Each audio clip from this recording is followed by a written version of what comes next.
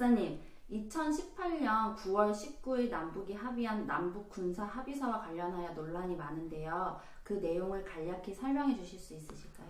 예, 18년 9월 19일 날 남북이 합의를 했는데 그 내용은 우리가 휴전선이 있죠.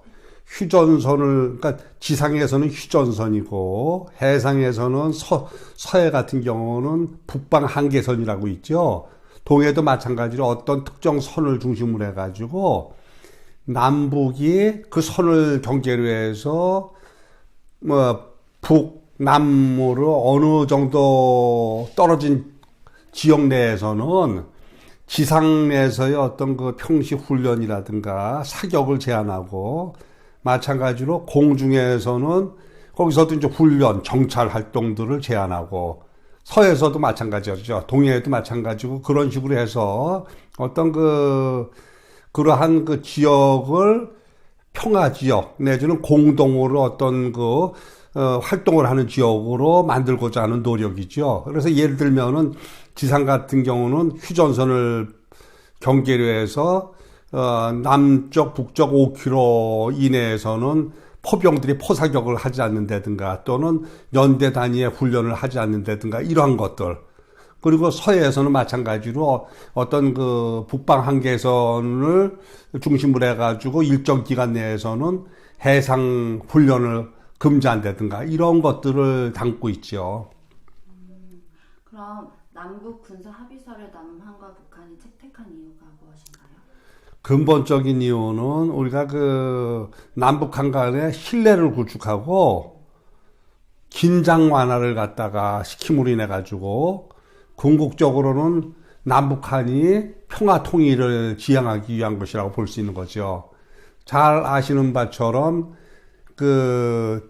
북한은 지금 계속 핵무기를 개발함으로 인해 가지고 2017년도 당시에 많은 미사일을 쏘았고 핵 실험을 했죠. 그래서 한반도가 긴장이 막 고조되었는데 그와 같이 긴장이 고조됨으로 인해 가지고 한반도 안보가 불안해지고 그러다 보니까 경제적으로도 많은 영향을 받고 그래서 결국에 가서 북한이 그러한 핵무기를 갖고 실험을 하려고 하는 것도 어떤 불안감 때문에 그런 거 아니겠어요? 그래서 특히도 이제 잘 아시는 바처럼 항공기, 전차, 함정과 같은 재래식 전력 측면에서 북한이 한미연합군에 비해서 절대적으로 열세에 있다는 거. 그래서 어느 순간에 한국 공군 또는 미군의 전투기가 또는 지상군이 북침을 할 수도 있을 것이라는 우려를 북한은 할 수 있는 거죠. 그죠?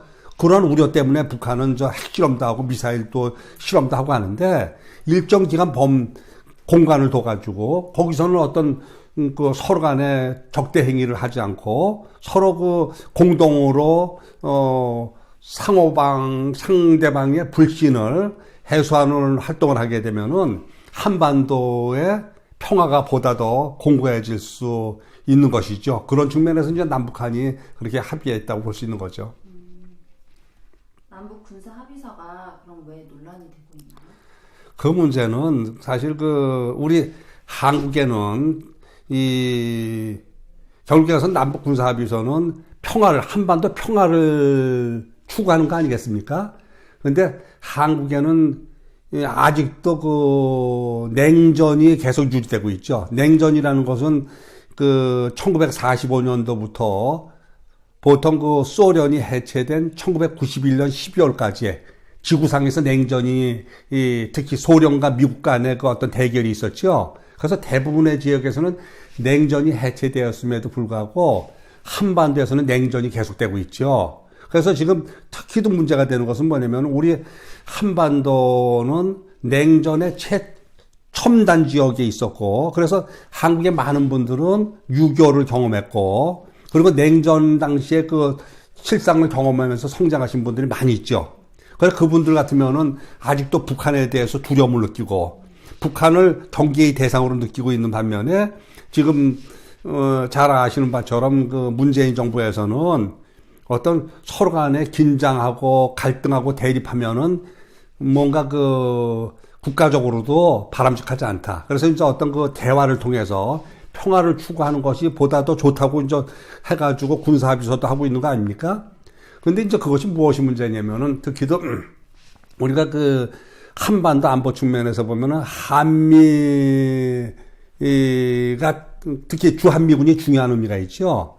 근데 한반도의 긴장이 크게 완화되는 경우 무슨 문제가 있냐면은 주한미군이 한반도에 있을 필요가 무엇이 있느냐. 그런 문제가 제기될 수가 있죠. 근데 이제 주한미군은 단순하게 북한만을 겨냥한 것은 아니죠. 왜냐면은 한반도 주변에 그 중국이라든가 일본이라든가 러시아 이런 강대국들이 있죠. 그런 측면에서 그 한반도 안보 측면에서 주한미군은 대단히 중요한데 이 긴장이 너무나 완화되게 되면 과연 많은 한국 사람들은 주한미군을 북한 위협 측면에서 생각을 하죠. 그렇게 긴장이 완화된 상태에서 왜 주한미군이 있겠는가? 그러한 그 의견을 제기하는 사람들도 있고 이것이 이제 그런 측면에서 이제 갈등이 있을 수 있는 거죠. 한국에서도 특히 그 냉전적으로 측면에서 사고를 해가지고 남북한 간에 긴장이 필요하다고 생각하는 사람들도 있고 그러다 보니까 이제 서로 대립이 있는 거죠. 네, 잘 알겠습니다. 감사합니다.